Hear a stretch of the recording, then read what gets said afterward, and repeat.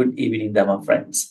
We have come down to the last day of our Dhammacakkapavatthana Sutta's series. Today is day 20. So we are going to study the relevant lesson for today. How does the cry go onto the Brahma worlds? And then we will be looking at Dhammacakkapavatthana Sutta, probably in a sense of a recap. So then probably we can learn some new things as well. As Sonia said, we'll be taking a short break until we come back, because we need more time to reflect, more time to self-study.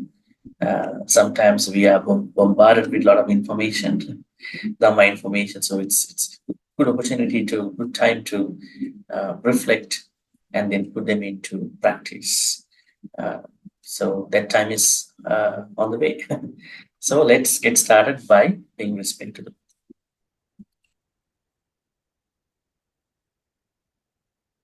Sadhu, sadhu, sadhu. Namo tassa bhagavatu arahatu samma sambuddhassa. Namo tassa bhagavatu arahatu samma sambuddhassa. Namo tassa bhagavatu arahatu samma sambuddhassa.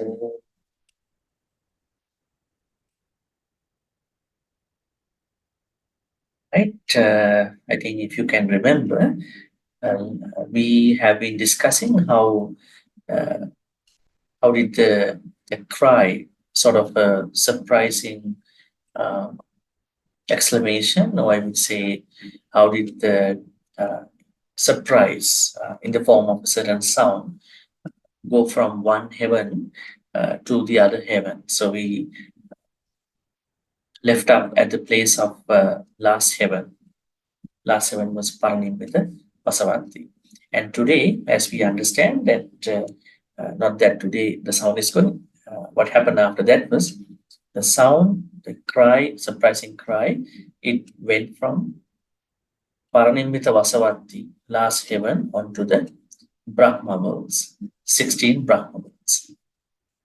Today we are learning about those Brahma worlds in a little bit of information, and then what happened at the end of the sutta.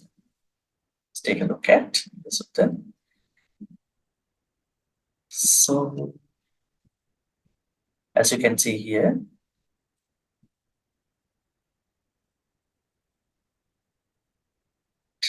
okay, so here, Paranimitta Vasavatti nang Devanat Saddang Sutma, having heard the cry of the Paranimitta Vasavatti Deva. This heaven is the last heaven before the Brahma worlds. And then what happened? Brahmakaika Deva, the Brahmas.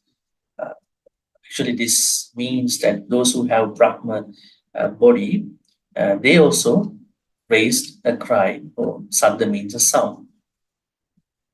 That means these heavens and in the Brahma worlds, they have connection, very much inseparable connection. How did they get surprised? Etan Bhagavata Varanasiyang Nisipatani Nikitaye, the blessed one at Varanasi in the dear park at Nisipatana.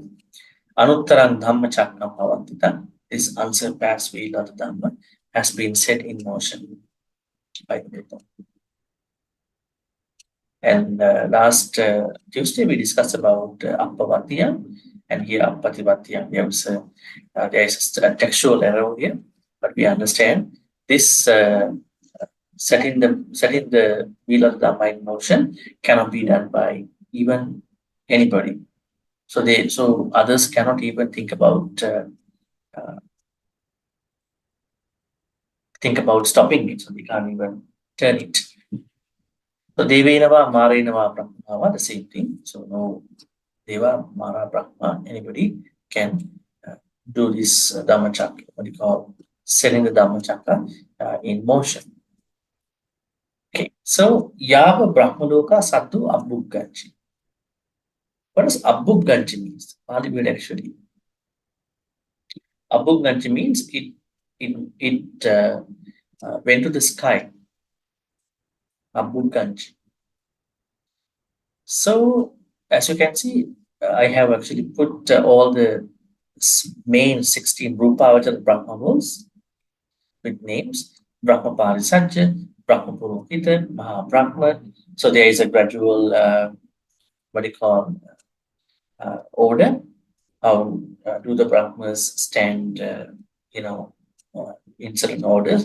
Brahma Parisajja is the first Brahma world, and then Brahma Purohita, Maha Brahma, Parithabha, Appama Nabha, Abhasara, Paritta Subha, Appamana Subha, Subhaginha, Vihappala, Asanya Satta, Aviha, Atampa, Sudasa Sudasi, Akanita. Now, the nice thing is, interesting is that you see the last Brahma word, Akanita, equal in rank. The literal meaning is having no one as the youngest. That means when someone is reborn in the Akanita, there is no manifestation among the Akanita Deva, Brahma. It is also said that Sakka, the what you call the head god of the Devas, he also would like to be reborn in the Akanita Brahma. Why? In all other worlds, even human world, definitely, Deva world, when a Deva was reborn in that world at a certain time, all the Devas who are going to be reborn after him or her, they're going to be having this superiority, maybe age difference. But if you are reborn in the Akanita as an Anagami person, you can't be reborn there unless you are an Anagami here, then you have no age, what do you call age gap. Is it a big problem in today's world? Age gap. You are like 60, I'm 20, he is like 10 years old. This age gap is not to be seen in the Akanita. Right? But you can't be reborn there by chanting. You have to become an Anagami, non-return. All these last five, they are pure lands. You can see over here. Let me draw them. Aviha, Atappa, Atappa, Sudassa, Sudassi. They are pure lands. Now, in early Buddhism, we have five pure lands. The thing is that in Mahayana, pure land, we understand the more you chant uh, about requesting the Buddha Amitabha's support, you'll be able to be reborn in the what you call Sukhavati or maybe Pure Land, and then you'll be able to be supported by it. But here in early Buddhism, we don't find that kind of support. Like just because you pray and you won't be protected at this point. It is said that if you want to be reborn in the Pure Land, you have to become an Anagami person. Sotapatti, Sakadagami, Anagami. And the level of your Anagami, the level of your jhana practice in addition to the Anagami status, will decide which Brahma, which pure land you will be reborn. If you are to be reborn in the Akanita, that means with the jhanas, you have really hit the highest level of the what do you call jhanic status. That's why we said Akanita. Now, when I talk about jhanas, do not misunderstand that jhana is the only path. The Buddha said in regard to samma samadhi that we need jhanas to get into right concentration. But the purpose of the jhanas should not be finding bliss, right? Finding relaxation in the mindfulness meditation in the West, right? That is their own way. But in here, in early Buddhism, we don't find the purpose of the jhanas is to be the bliss, is to be the relaxation. Yes, we have to relax, definitely. But the purpose of jhanas is not to relax, not to find a temporary happiness. Jhanas help us to stay calm, and that once you are hitting onto that calmness, then you are supposed to shift that calmness onto, maybe utilize that calmness onto anicca dukkha anatta perspective. So that is the purpose of right concentration. So, but anyways, let's say someone is into jhanas at the same time working on one's own fetters. Sakkaya Ditthi, Vicikiccha, Silabbata Paramasa will be overcome by a Sotapanna, by becoming a Sotapanna. When that person is attaining Sakadagami, once returner, that person will be reducing the intensification of Kamaraga, sensual lust, and then what you call Patiga and hatred. So the level of sensual lust and then hatred of a Sakadagami is such minimal. I would say it's a great reduction compared to Sotapanna. And then if things are going well, that this person will be attaining as an Anagami. At that point, that particular person who is becoming an Anagami is going to overcome Kamaraga and Patiga fully.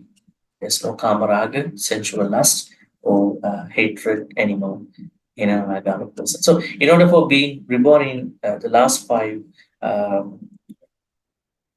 what you call Brahma worlds, we call them as pure lands, five pure lands, that person must have become an Anagami person. But in order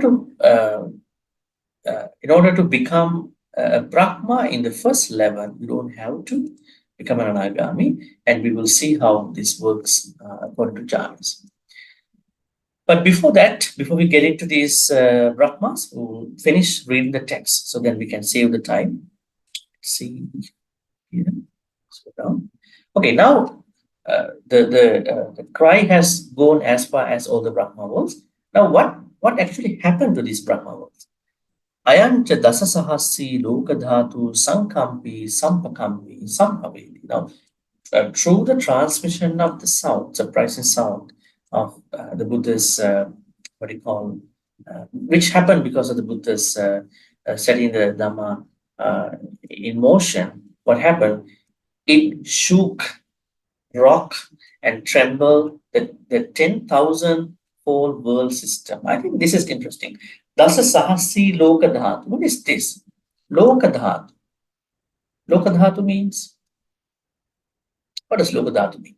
Although Buddha does not like to deal with certain lokas, I would say, he doesn't like to more focus on lokas, probably the outer world. He sometimes wanted to inform others that this universe is very infinite, and then how it works has a certain way to understand. Now, in this case, Lokadhatu, that means Lokadhatu means one world system which has sun, other planets. And then now it talks about 10,000, that means 10,000 world systems, which that means there could be 10,000 world systems which have their own planets within the world system. Right? So it is not even just our human world. And even the Buddha does not say that human world has only one Lokadhatu. We don't find such information. What he says is human place, Manusaloka. But Manusaloka is might not be the earth. It could be something more extensive, more what you call extended to other planets as well. Right? I think this is kind of an experimental thing. People might be thinking, are there humans in other planets? Right? I think it's something that has been what you call on the spotlight of many scientists. They are still finding out, and people might be,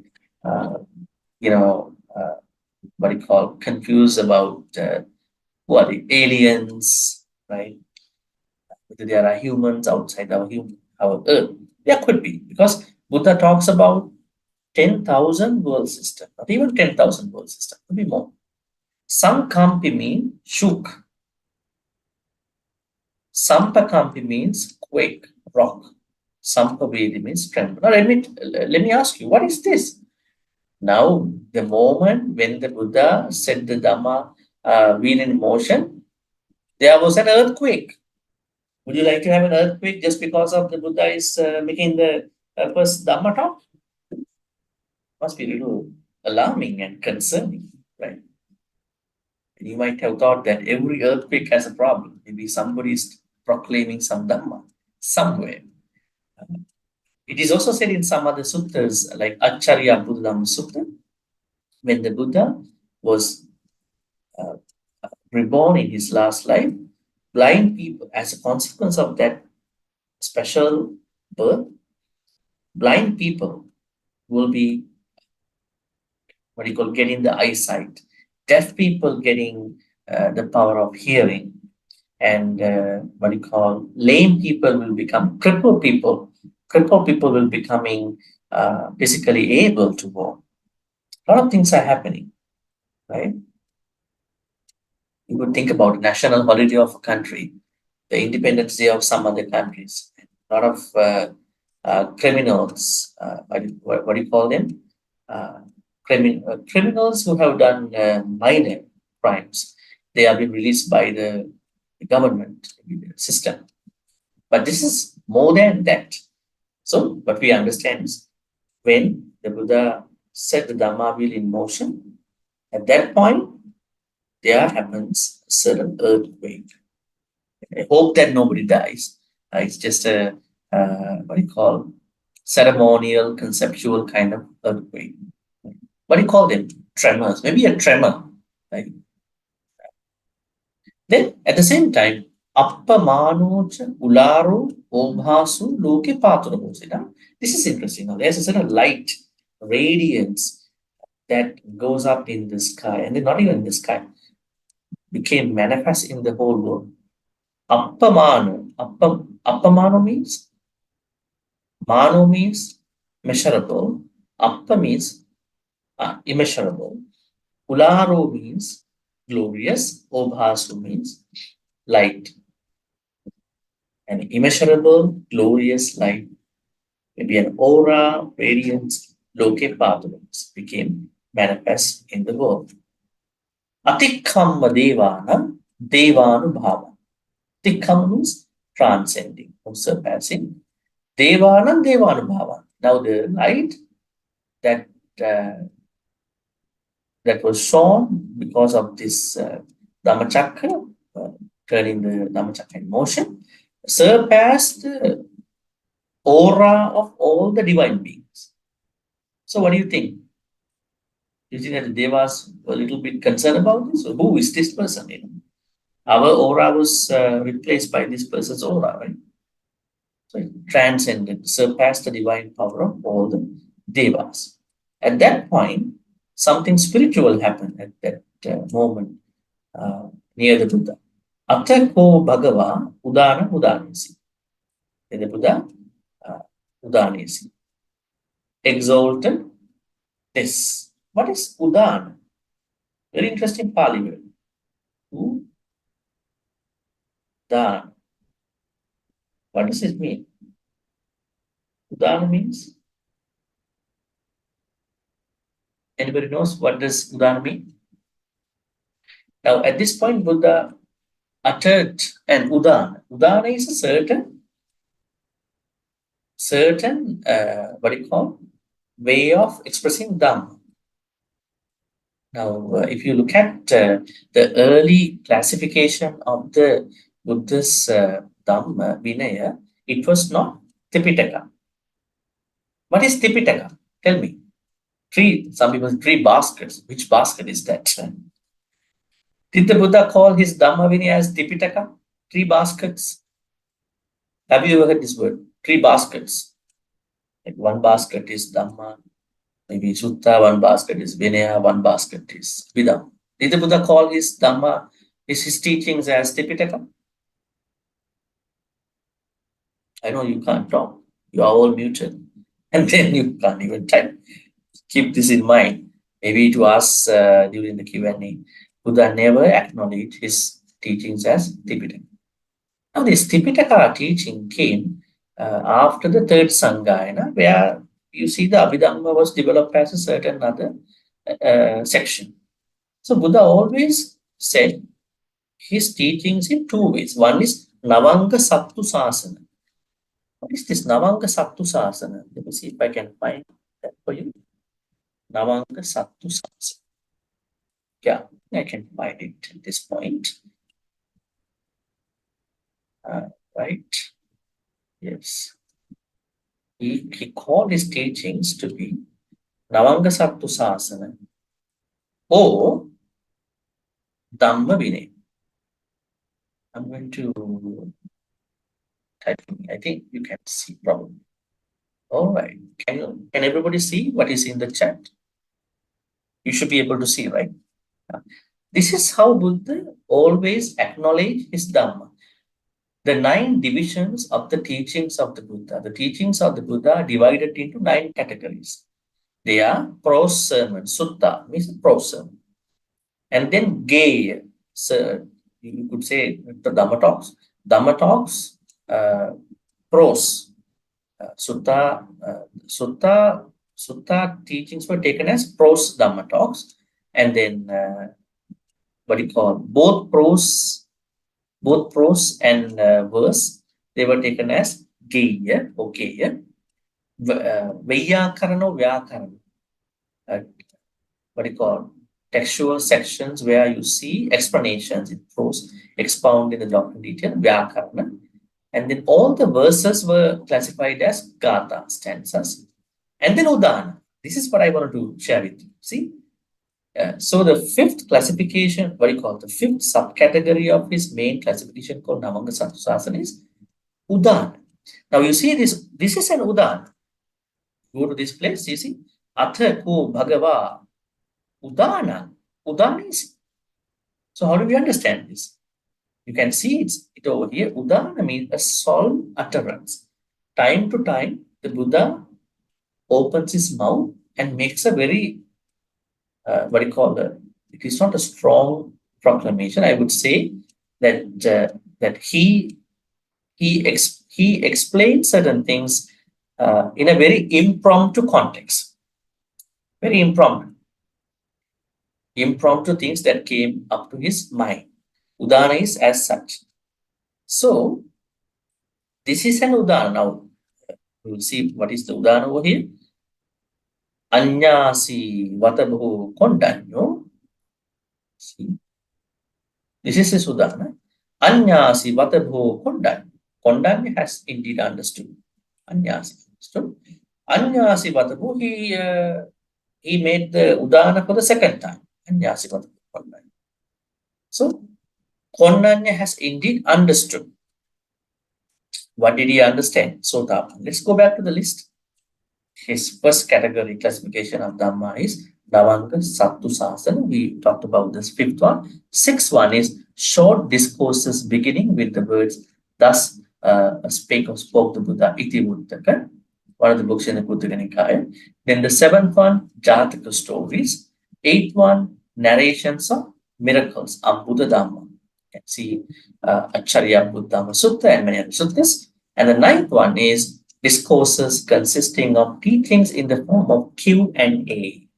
All the suttas that you see a Q&A, like Mahavedanta Sutta, Chulavedanta Sutta, many suttas which can come under the Q&A, they were categorized as Veda. Right? So now what you need to understand is Buddha only acknowledged his teachings in 2 ways. One is Navangasattusasana. The second one is, in short, Dhamma and Vinaya. Right? Actually, Buddha did not bring Vinaya into his teachings. We only see this in the Mahaparinibbana Sutta. Mahaparinibbana Sutta was adapted revised by the senior monks. Why do I say so? What is Mahaparinibbana Sutta? The sutta where we find out the Buddha's funeral. So did the Buddha talk something about his funeral? Yes, there are certain sections, up to a certain section, you see Buddha was talking. But then he's passing away. Then who is in that part? The rest of the long sections. They were senior monks. So-called senior monks, we don't know who actually. Respectful belief. But then we see that in that sutta, there are places that Buddha is using, my Dhamma and Vinaya will be your teaching. But in the Navangasattusasana, very, what you call, structured, a way of classifying Buddha by himself. He never acknowledged Vinaya under his teachings, because Vinaya was given to the monks depending on the conditions. Those conditions are not anymore. Sometimes they are not anymore available. Sometimes they are available. As a layperson, you are not supposed to touch on the Vinaya in the first place. You think it is also something you have to learn. Monks have to learn it. And they have to understand how they are supposed to do it in the modern world. Right? So you are mainly going to learn about this Navanga Saptu Sasana way of learning Dhamma. You can see that now when you look at these 9, you will see, oh, I may have missed out on certain teachings of Buddha. I have never learned them in this way. See, the first one, once again, prose level, prose teaching. Then the second one is verses or stanzas. Both prose and verse. Okay. Third one, explanations, vyakara. Fourth one, merely stanzas. Fifth one, udanas. Sixth one, there are teachings where Buddha says, thus spake the Buddha. Seventh one, Jataka stories. You can't leave out Jataka stories. I can see that there are people who might say that Jataka stories are not important because these animals started to talk. All animals talk in the Jataka story. Have you read these Jataka stories, folks? Where you see dogs talk, cows talk, lions talk, cobras talk. But somehow, after many centuries, these animals lost the conversational ability, whatever the reason. But anyways, that means these animals must have been smart animals at that time who could speak, who could talk. Because Buddha himself acknowledged just Jatakas. Then Abhuta Dhamma, miracles, things that we cannot explain. Now there are people who are asking, Bhante, how did Prince Siddhartha walk for 7 steps, and how did he get those what do you call lotus thing? How do we explain them? It is a miracle. Miracle means miracle, right? How do you explain the miracles, right? And how did the Prince Siddhartha talk? Bhante, we never see somebody talking in this world once he or she was reborn. But he talks, not even in his last life. You check the Ummagga Jataka story. I typed that for you. Ummagga Jataka. In this Jataka, what is happening? Bodhisattva, his name was Mahosada. He was reborn. And then the mother observed that Mahosada baby was covering something once he was reborn. Right? The baby was covering something with his 2 hands. Then she's asking, what are you covering? The baby starts talking. Mom, this is a panacea, a medication that I can cure any problem. What a very interesting statement is that. It's a panacea, right? So then how do we then talk about, how do we prove that this particular baby can talk? Why all the other rest of the babies cannot talk? It's a miracle. Miracle means miracle. You can't explain, right? And you can see it's over here. They are kind of teachings under 8. Then 9 is Vedala. There are a lot of Vedalas. Where people ask questions from the Buddha, then Buddha answers. Okay. This is the original organic way of classifying Buddha's teaching by himself. So you must learn this Navanga Saptu Sasana. But I want to touch a little bit of Udana, depending on our time. Can you tell me other Udanas, very famous Udanas Buddha made? Once Prince Siddhartha was reborn, now we know he taught. He taught, right? What he taught once he was reborn? Aggo hamasmi lokassa, jetto hamasmi lokassa, setto hamasmi lokassa, ayamantima nattidani punam. I am the greatest, I am the highest, I am the most exquisite, and this is my last birth. This is an Udana. Then the very beautiful, the most important Udana, the solemn utterance is coming at the point that once he became the Buddha. Can you remember that Udana? The most important. You have to remember this particular Udana actually. If you don't know, I think it's a loss in your Dhammacakkapavatthana. Because how did the Buddha explain his Buddhahood once he became the Buddha? Aneka jati sansara sandha vissanti. You might have heard this. Gahakarakang gavesan dukha jati punapuna. Gahakaraka dittosi punagehang nakasi. Sabbate pasuka bagga gahakutang visankitang. Visankaragatam chittang tanhanang kaya majjagati. Let me see whether I can find it. Look it up on the internet and then paste it here. Aneka jati sansara. See? Otherwise, I'm reading, but you never understand what it is, right? Right? This is the stanza. Right? Aneka jati sansara. This is the main udana which the Buddha made. The translation is, actually they come under Dhammapada verses 2. This is the translation. Okay. The Buddha say, I, who have been seeking the builder of this house, the body, sansaric body, failing to attain Bodhi, which would enable me to find him. Now I see the carpenter of my house, sansara. I have seen you. You will never build the house again. You will never build the sansara again. All your rafters are broken. Your roof tree is destroyed. My mind has reached the unconditioned. Now you see the Pali word, visankhara. This word is very interesting actually. Visankhara. You call it this one.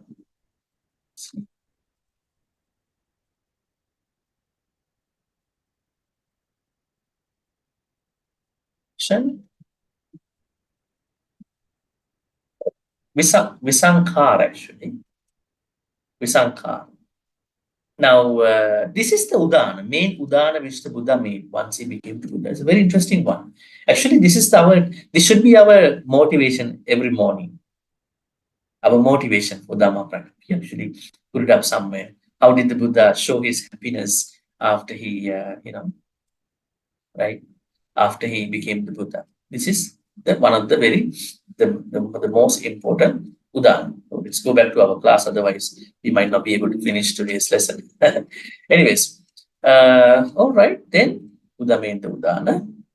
And what was his Udana here?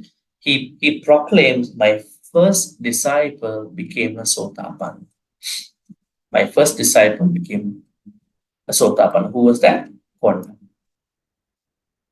Do you think that when the first person in your endeavors became probably turned to a certain level of your expectation, would you show your happiness? Let's say somebody is starting a business and he got the first customer. I got the first customer, so happy.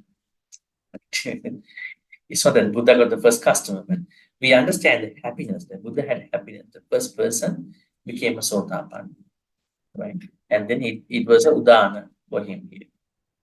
And then itihidang ayasmato kondanyas anya kondanyo veva namang ahosi.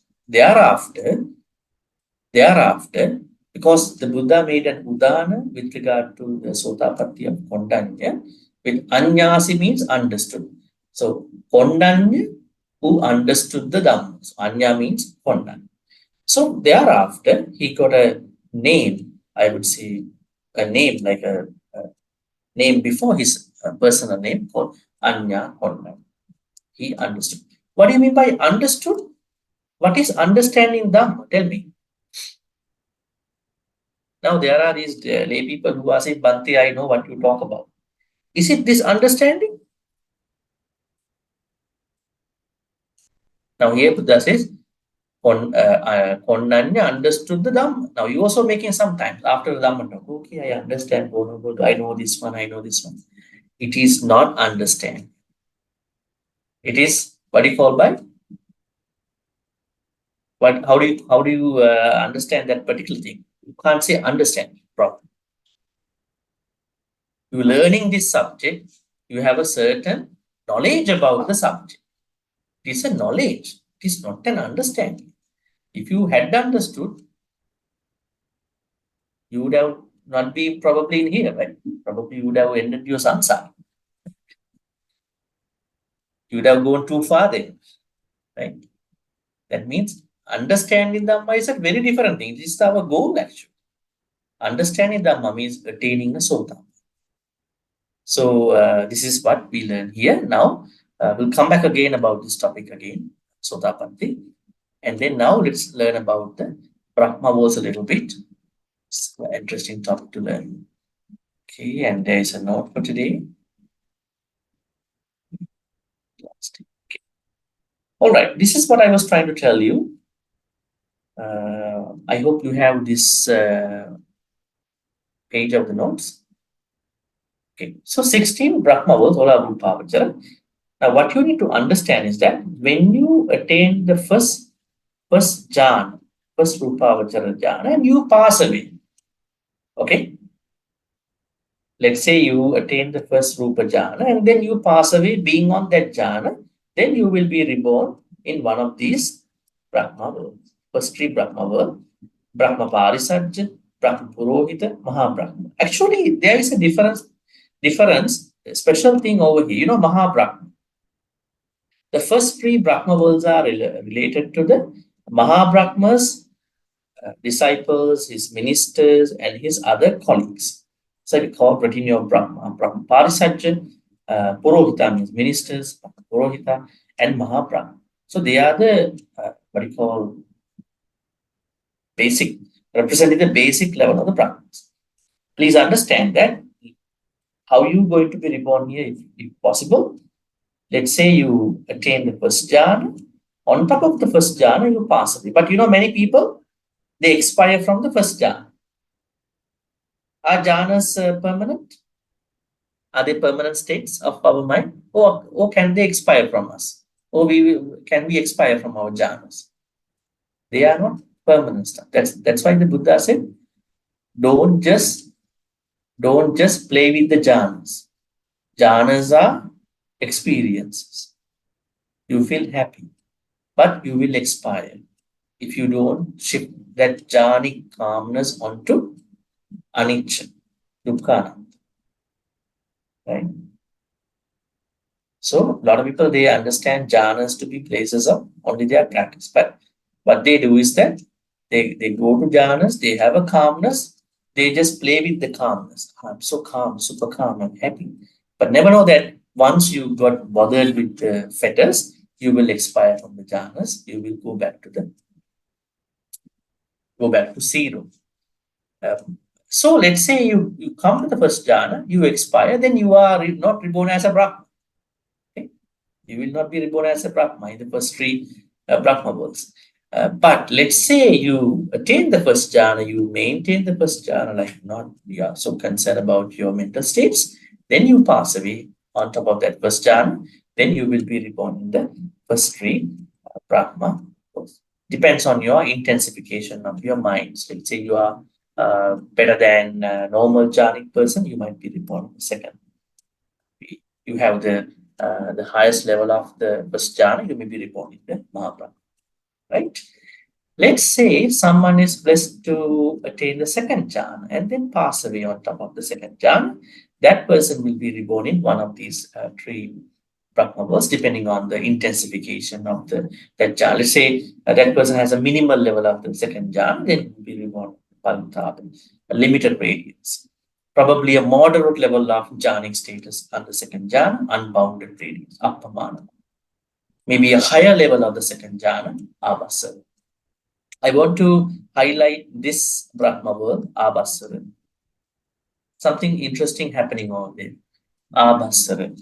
Now, Buddha in one of the Dhammapada stanzas says that there is one Brahma world where they don't eat anything, they eat their happiness.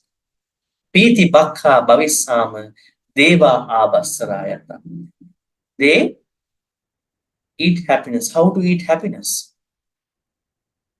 Tell me. Piti Bakka. Piti Bakka. Maybe we can find out that verse too, just to understand. Piti Bakka.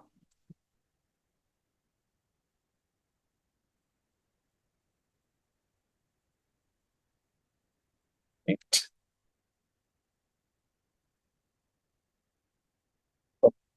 We are not able to find it out here at this point. But I can tell you, Piti Bhakta Bhavisama, these Brahmas who are reborn in the Avasara Brahma world, they only eat happiness. How to eat happiness?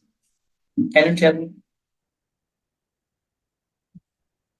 You are not able to think about a moment how you eat happiness. You think about something very miraculous happens today. Not today, it's too late now. Maybe tomorrow morning. And then what happens? You are so happy. And then you forget about your breakfast, right? And then now you want to spread this news to other people. Then you forget about the lunch. You don't worry about it. It's so happy news that nobody can achieve easily.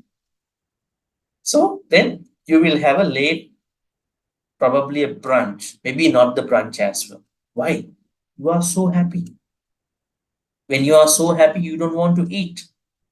But think about when you are so down, you go open the fridge, How many times you open the fridge and eat? Stressed out, compulsive eating. When you are truly happy, you will minimize the time that you are eating, right? That's why in today's world, people have lots of food. They are eating. They have so many problems. Every time they come up with a problem, what they do is they eat and forget about the problem for a moment. Like a guy who wants to have a drink, alcoholic drink, and think about that, thinking that this will go away, but it will come back again. Temporary forgetting the stuff. Right? So these Abhasara Brahmas, they never, definitely Brahmas don't eat solid food, but in particular, these Brahmas, their food is happiness. I think that's an interesting thing. When we are truly happy with our Dhamma thing, we don't want to eat that much. Because eating is the biggest issue in today's world, right? Isn't it? Why people are getting all these health issues, be that diabetes, cardiovascular issues, blood pressure, you name all that, cancer sometimes, all the food problems. It's not the food, it is the way how people eat the food, the style of their eating, maybe the frequency of their eating, maybe the kind of the food that they are eating. Food is okay, but they have not been able to minimize the craving to it. Normally, food industry they name the food as cravables. You have cravables. You should not let go of your craving. You have to come and eat our stuff, right? Anyways, so Avasara Brahmas, they only enjoy, they eat their happiness. That means it's not that there is a food called happiness that you eat it. They are happiness of jhanas. So they don't want to eat. Something good to think about. Right? And then let's go to the third jhana then. The jhana. Okay, let's say you happen to attain the third jhana before you pass away. Third jhana. And then on top of that, while having the third jhana status, you are going to die. Then what happens? You are blessed to be reborn in one of these three Brahma worlds, depending on the intensification of your third jhana. Let's say you have the minimal level of the third jhana, you are going to be reborn in the Parikta Super, limited glory. You have a moderate level of the jhana status in the third jhana, Apamana Super. You have the highest level of the third jhana. You are going to be reborn in the Subhakin, radiant glory, highest the third jhana Brahma. Now we come down to an interesting thing. Now you see the fourth jhana, the last jhana. Last jhana means fourth jhana, the Rupavachara jhana. You see, when someone attains a fourth jhana, that particular person, depending upon the intensification of his fourth jhana, is supposed to be reborn in one of these Brahma. But the interesting thing here is that only these are available for Anagami. That means, in addition to the 4 jhana, someone must have become an Anagami person to be reborn in one of these 5 pure lands. But these 2 are not pure lands. They are not pure lands.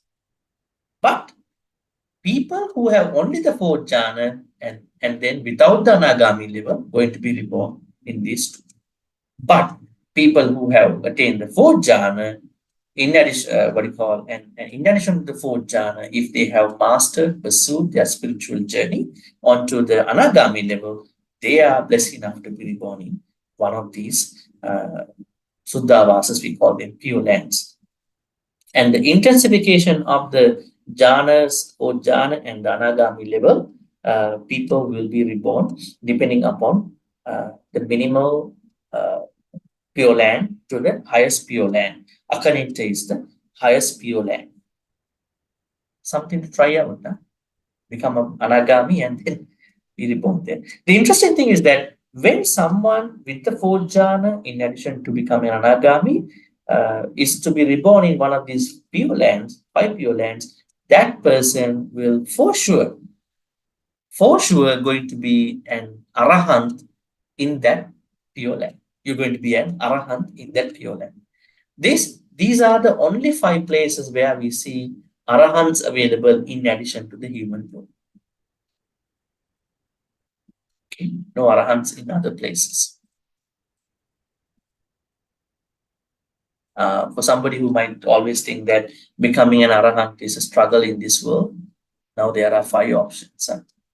But you have to become an Anagami over here. All right, and then explain each of the Rupa, Avachara, Brahma worlds. I have actually given a very extensive note. Depending on the time, I'm not going to read all that. You can read, you can see all the information over here. And then, I think let's read this part. Interesting, the 5 pure lands. The collective designation for the 5 Rupa, Brahma realms, Suddhavasas, that remain is the pure abodes, pure lands, Suddhavasa. The pure lands are exclusively accessible to devotees of the Buddha who have achieved the 3rd supramundane stage of Anagami and have diligently pursued the Buddhist path to enlightenment. They will be reborn in one of the 5 pure abodes, pure lands, if they have achieved the Anagami in another plane of existence but have yet attained the culminating stage of Arahant in the same way. They will persist in their pursuit of the Buddhist path as deities of the pure lands, ultimately attaining Nibbana without experiencing another rebirth and becoming Arahants. Buddha was hesitant to propagate the Buddhist doctrine for the benefit of others after attaining enlightenment due to its depth and complexity. However, upon his return, Brahma Sahampati, a deity from the pure lands. So this Brahma Sahampati is not the great Brahma, Mahabrahma. He's called Brahma Sahampati. He came from one of these pure lands, paid him a visit and extended the invitation to do so. A person who aspires to attain the status of Samma Sambuddha would never be granted birth in any of the Suddhavasas. That is interesting. A Bodhisattva is not going to be reborn in the 5 pure lands because Bodhisattva has to come to the human world and become Buddha. All right, a lot of information, but you can read them. They come. Here, what I have tried to say was about those world system. You can see there are many world system, 10,000 and all that. You can read all that too. Don't need to take them as a lot of information. Today, what you are supposed to understand here is to get a sense of how do the 16 Brahma worlds work. And Buddha doesn't talk about the 4 Arupa Avachara Brahma worlds. He only talks about the Rupa Avachara Brahma worlds. And overall, what he said is that the sound, the cry went from the first Brahma world on to the last Brahma world, Akanita, Rupa Avachara Brahma world. All right, so that's the thing. And then as you can see, when we are come to the end of the sutta, what do you call, Anya Konnanya became a Sotapanna. And from today itself, you can understand that you can't say, I understand the Dhamma. I understand the noble truth. Understand me? you have to become a Sotapan. You must have become a Sotapan. Maybe I know the knowledge of, I have the knowledge of this, but that knowledge has not gone to the level of understanding. Like Bhante Ananda, right? A good example is Bhante Ananda. Bhante Ananda knows all the suttas. All, not even he knows the suttas. He can memorize. He could say in memory, but that knowledge did not help him attain Nibbana. But then there was a lady called Patachara, whose husband passed away, whose children were taken with different issues, whose mother, father passed away, who was totally, insane about life. And what happened to her? She became a nun. And just by looking at how the water flew from a higher place to the lower place, she became an arahant. So, what is more important? Is it the knowledge or the understanding of that knowledge? Understanding with the personal context is the most important way to uh, what you call digest this Dhamma knowledge. So proper Dhamma knowledge at the same time, using that proper Dhamma knowledge onto a level of understanding. That is how we, now don't ask me how to spot a Sotapan. Now when I say these things, how do I measure out whether I'm a Sotapan? These are the questions many people ask. How do I know I am a Sotapan? You know who you are. Whether you have craving, whether you have clinging, whether you have a lot of ego, then you are not a Sotapan. You do your maths by yourself. Otherwise, there is not a way, this is how you should know about Sotapan. It's a mental thing. Right?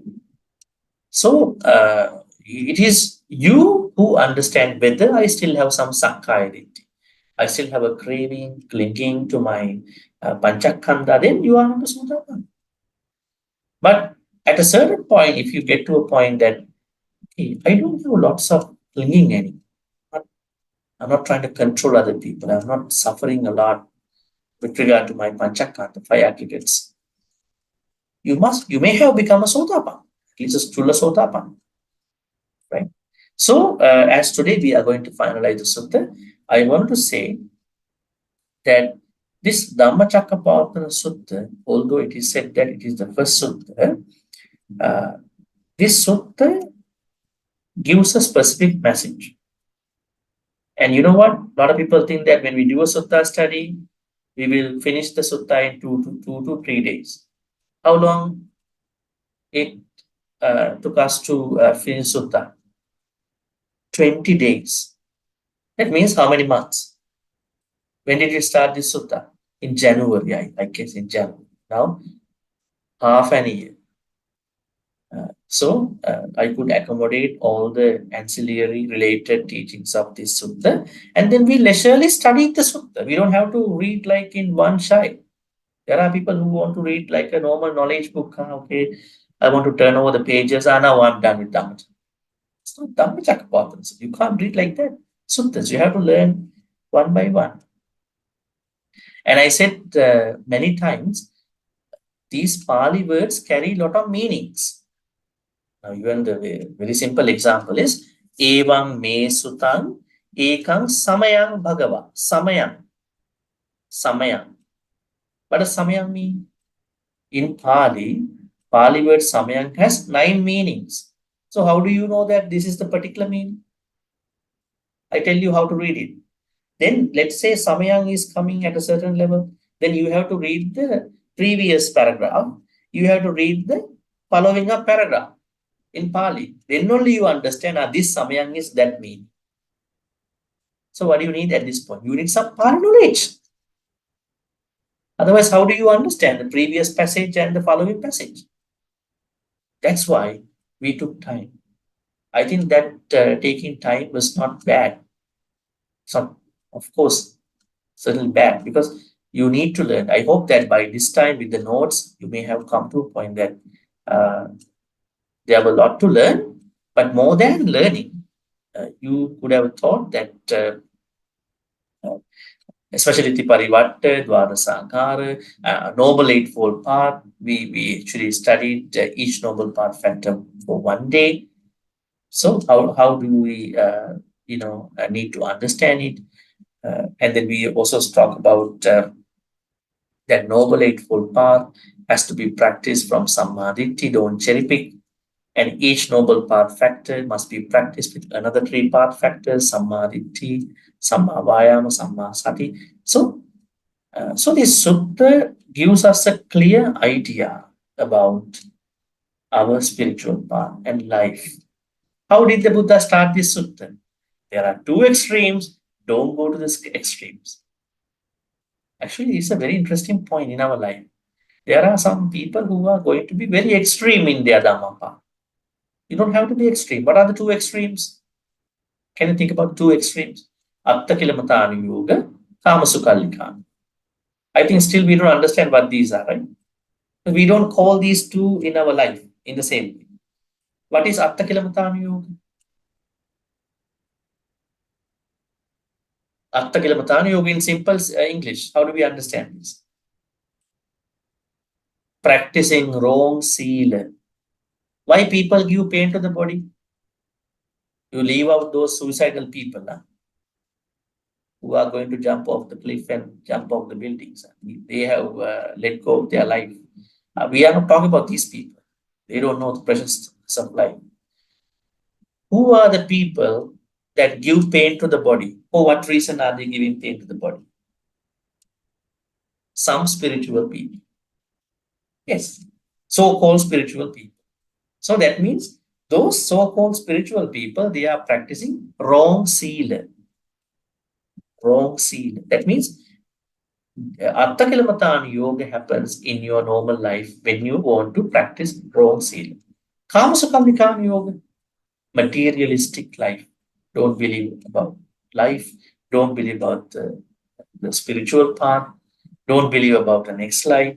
Don't believe about other things. Then you will end up with the Kamasukallikana. So the Buddha starts this sutta in a very wonderful way. Understand, you should never go to the extreme of these two.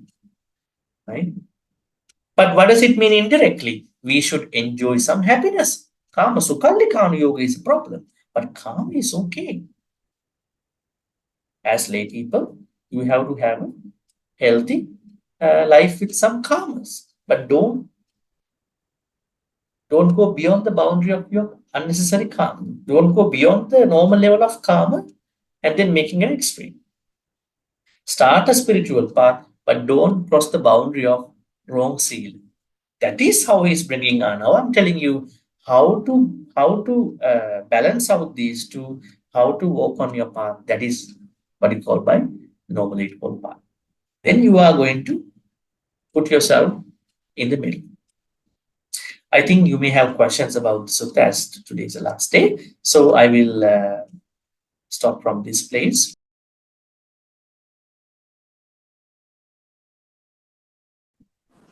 Hi, Bante. Yes, good evening. Good evening. Okay, I got one question. Okay, just now you mentioned that when the Buddha was born, he could already declare that this is his final birth, he's the greatest. Yeah. If that is so, that means then why did then when he was growing up, then how come he forgot about that? That he already had all the answers and he had to still go out to find answers and go on the ascetic path. So I find that those two seems to be a bit contradicting. Okay, very interesting question. Now, let's say someone in India or Sri Lanka is being supervised by an astrologer. And then astrologer is to say, I have read your horoscope, I have read your palms, and you will become a great scientist, the greatest scientist ever in the world. So how does he go to that point? She goes to that point. He or she has to follow the same path what others followed, and thereby he or she has to stand out among other scientists. So although Prince Siddhartha said as such, he could not bypass the existing pre-Buddhist system. So he had to go to those certain teachers, and then he did not stay there longer. See, Alara Kalama, he attained the jhanas very fast. Then Alara Kalama said, "You don't need to go anywhere. Now, can we share our audience?" And he said, "No, I don't need. My journey has to continue." He left. So he got what he wanted and he left. And then he went to Uddagaramputta, he learned. And then Uddagaramputta also said, "Can we share the students? Be my be a co-teacher?" He said, "No, I don't want." Yeah. And then what happened was 5 ascetics. This could be a certain issue because why he could not understand it. But the same thing applies. So he had to go through the existing practices. So then, even he became the Buddha. After he became the Buddha, he was hesitant to give a Dhamma talk. Right? Probably he was waiting for a. So we are not trying to defend what we see in the text, but there are many proofs that we can back up the understanding. So the shortest answer to this question is that although he claimed that he would become the Buddha, even the Kondanya Brahmin said that you would precisely be the Buddha, but Prince Siddhartha had no idea of how to become the Buddha in 1 day or 2 days or 1 month or 1 year. So he had to go through the normal system and to stand out among other pre-Buddhist teachers. That's why it took a long way. Okay, I get it. Thank you. See you tomorrow. Okay, see you tomorrow then. Thank you. Yes. And some people are told that you become a rich person 1 day, but those people never feel that they're gonna be getting rich. But one day through the system, they will become at a certain point. All right, I think we got questions here in the chat. Let me see. How to practice with diligence, but not to the extreme. Yeah, diligence is appamada. So appamada is the motivator for us. Without this appamada motivation, we cannot do anything. Now let's say Noble Eightfold Path. In order to practice the Noble Eightfold path, we should have a certain diligence, right? Otherwise, we are not able to practice it. So I don't think that someone can go to the extreme. I think you're asking, how does appamada help someone to practice the Noble Eightfold Path without going to the extreme? Yes, when you have the appamada, then you are really going on to the path. You are not going to the extremes. Because appamada is the greatest reminder. So I think it is very simple to understand. Right? Do we need to practice jhana for attainment of nibbana? No, jhana is one way to attain nibbana, because when you hit the fourth jhana, you have to shift the focus onto the anicca. So it's one way. But you are not necessarily supposed to practice jhana, because if you can understand anicca, dukkha, anatta, if you are already calm enough, then you don't need have to practice jhanas at that point. For the anagami, I hope that I'm reading one by one. If I miss out on one thing, Sister Sonia, please give me a reminder. For the anagami to be reborn in the pure abodes, pure lands, does they follow the highest attainment of jhana? May not be consistently attained, or it follow the most skillful jhana attainment. Actually, if someone is to be reborn in the 5 pure lands and then to attain nibbana over there, that person must have cultivated, gained the 4th jhana, and then to die from the 4th jhana, have to pass away from the 4th jhana. Sometimes you will go back to the default. You may attain the 4th jhana, but then but jhanas are very temporary. That's why when you have the jhana, shift the focus on anicca, dukkha. In case you expire from the jhana, it's very difficult for you to then go back to concentration. Some said the rebirth to the 5 level of pure lands also depend on the most prominent indriya cultivation. Can Bhante advise if it follow the jhana attainment or depend on the... Actually, you are attaining the fourth jhana as a successful cultivation of the indriyas. You are not able to attain jhanas without calming your indriyas. What does indriya mean? Our senses, our eyes, ears, uh, seeing, hearing, smelling, tasting, touching, thinking. These have to be definitely managed, handled properly. With the jhanas, this is happening.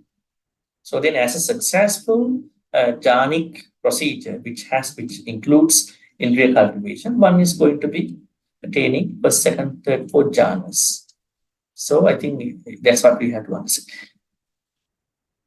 Was the Buddha surprised that Konanya understood his first sermon, considering he was thinking the Dhamma is true? I don't think so. He was not surprised. He can read minds of other people. He knows, but he just said his happiness. Sometimes we are not surprised. Think about our life. We are not surprised, but we just say things, right? Say, for instance, one of your colleagues or friends pass an exam or something, maybe handle a presentation well, and you might say something, you did a good job. Does it mean that the boss is surprised about you? Let's say a worker in the company did the presentation. Then the boss says, you did a good job. That means the boss is surprised? I don't think so. He knows the job. He just said that. We also do that, when we are happy about other people's stuff, we just say that, but it's not a very high level emotion. It's just a situational level of saying. He was not. But Udana does not mean that he is surprised. Udana is a normal expression of the Buddha about a certain special event. It doesn't mean that there are emotions attached to it, because Buddha cannot be surprised. Buddha has gone beyond the surprise. We are the ones who are surprised. Why? We are still in the samsara. Buddhas, Arahants, they are not surprised about anything. Why? Why do we come up with surprise? Tell me. We still have the fear. Because of the fear, either we feel like feared, and then the what you call subsequent emotions with regard to fear has surprise, maybe other emotions as well. So Buddha is never surprised because he has gone beyond the surprise. He was just saying what he observed.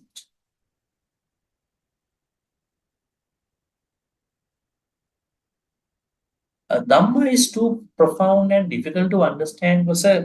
I think I take it this way. Now you look at it from certain text about how this happened.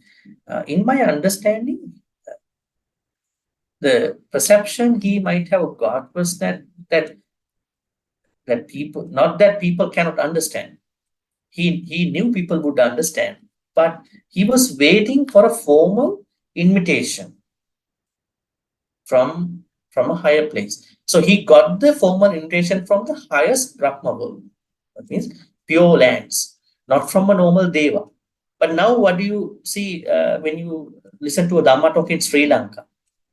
When a monk is giving a Dhamma talk in Sri Lanka, what do they do in the first place? Have you heard this Pali stanza? Samanta Chakkavalisu Atra Gachantu Devata. Now even before the chanting, the monks say this. Samanta Chakkavalisu Atra. They say, may all the Deva in anywhere, any corner of the universe come to this place now. Such a very big crowd is going to happen. Samanta Chakkaval. Chakka means all the galaxies. May all the Devas in every nook and corner in the whole universe come to this place, listen to the chanting, or listen to Dhamma talk. But Buddha didn't want that way of bringing Deva. He wanted somebody from the pure lands come and then invite him, because that is a formal invitation. Even in Sri Lanka, the monks are not giving a Dhamma talk until you go and invite them.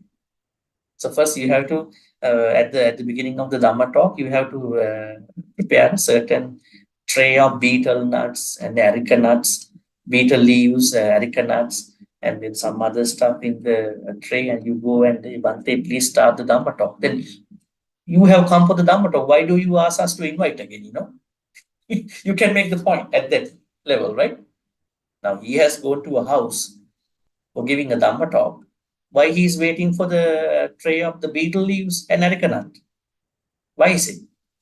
Because in order for that Dhamma sharing to be precious, dayakas, devotees should formally invite again at the beginning of the Dhamma talk. Otherwise, why do I give a Dhamma talk? They are making it a more respectful. So I think the answer to this question is that Buddha knew that he would give and people would understand. But he waited until someone from this pure lands, highest Brahma will come and invite. So that is a formal ceremonial way of starting the Dhammacakkapavatthana. Can you please explain the difference between the 5 pure abodes versus the Amitabha from the Mahayana perspective? I'm not a Mahayana scholar in the first place, but I can say that Amitabha Buddha is the Dhyani Buddha, meditative Buddha, and Shakyamuni Buddha is the human Buddha. So what I can tell you the difference, basic difference between the early Buddhist 5 pure lands and the Amitabha Buddha Sukhavati is, now in order for you to be reborn in the 5 pure lands, you must have become an anagami with the 4th jhana in this world. But whereas if you want to become reborn in the Sukhavati in the presence of Buddha Amitabha, I think you know what you have to do. You have to chant. How are you supposed to chant? Amitabha. Amitabha. The more you chant, the better places are coming up for you. I think it's just a praying about it. Buddha Amitabha, please help me. So I think that's a different route. I'm not trying to underscore, sort of criticize about it. It's a different way. Because I understand not all devotees can read them. They have their own perspectives. That's a different way. But in regard to the early Buddhist perspective, we must have become an anagami person to be reborn in those 5 pure lands. Can you kindly point out to us where to find in the suttas the description about the 31 planes of existence of the Rupa Loka? Yeah, it's pretty easy. You can go to the Dhammacakkapavatthana Sutta. You can see 16 Brahma worlds. If you go to many other suttas, you can see the 4 Arupavachara Brahma worlds. I cannot remember one particular sutta about this. So the information are scattered, dispersed in many suttas. So if you post this question in the group, WhatsApp group, I will be able to definitely give a specific sutta, multiple suttas to this question. But now nothing is coming up because what I can say, they are dispersed in many other suttas. Right. That's a big question. Buddhism sacred text are compiled in 3 sections, Vinaya. It's not by the Buddha, by the senior monks after third convocation. That means Ashoka's time. Dhammapada are the true sayings of the Buddha. Are my knowledge to the above correct? What I can say to you is that Buddha's way of classifying his teachings is Navanga Sattu Sasana, which I typed in, posted at the beginning of today's chat. Maybe you can read that again. You can go back. The Tipitaka is a later way of classifying the Buddha's teaching. Probably I'm going to paste the answer again for you. Okay. Understand? All right. Then can one pass on the jhana stage if she is suffering from dementia at deathbed?